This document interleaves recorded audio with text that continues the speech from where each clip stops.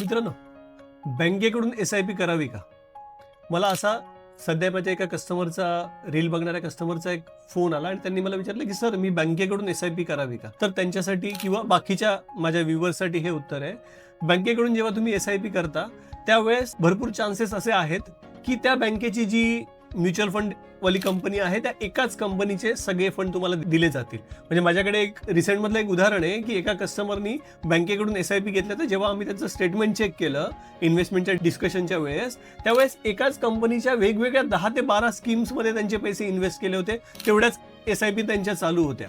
त्यामुळे बऱ्याच वेळेस असं होईल, प्रत्येक वेळेसच असं होईल असं नाहीये, पण बऱ्याच वेळेस असं होण्याचे चान्सेस आहेत की तुम्हाला त्या कंपनीचे फंड्स आहेत ते दिले जातील. दुसरा एक महत्त्वाचा मुद्दा असा आहे की ज्यावेळेस तुम्ही बँकेमध्ये SIP करायला जाल किंवा म्युच्युअल फंडमध्ये इन्व्हेस्टमेंट करायला जाल, त्यावेळेस प्रत्येक वेळेस तुम्हाला नवीन माणूस मिळेल. टेबलच्या समोर बसलेला माणूस हा प्रत्येक वेळेस वेगळा असेल आणि तो माणसाला तुम्हाला परत पहिल्यापासून सगळी गोष्ट सांगायला लागेल, काय आहे काय नाही, आणि तुम्हाला जे फंड दिले जात आहेत किंवा तुम्हाला जे इन्व्हेस्टमेंट सजेस्ट केली जाते बँकेकडून, तिच्यामध्ये किती चान्सेस आहेत की तुमचं गोल बेस अनालिसिस करून किंवा तुमचं सगळं फायनान्शियल बॅकग्राऊंड बघून किंवा तुमचे पुढची जी ध्येय आहेत, फॅमिली हिस्ट्री आहे, तुमचं इन्कम आहे ते बघून दिलंय तुम्हाला फंड सिलेक्शन, की तुम्हाला फक्त टार्गेटसाठी फंड सिलेक्ट करून दिले. त्यामुळे तुम्हाला जर SIP चालू करायची असेल, या सगळ्याचा विचार केल्यावरती जर तुम्हाला असं वाटत असेल की बँकेकडून करणं योग्य आहे, तर तुम्ही नक्कीच बँकेकडून SIP करू शकता.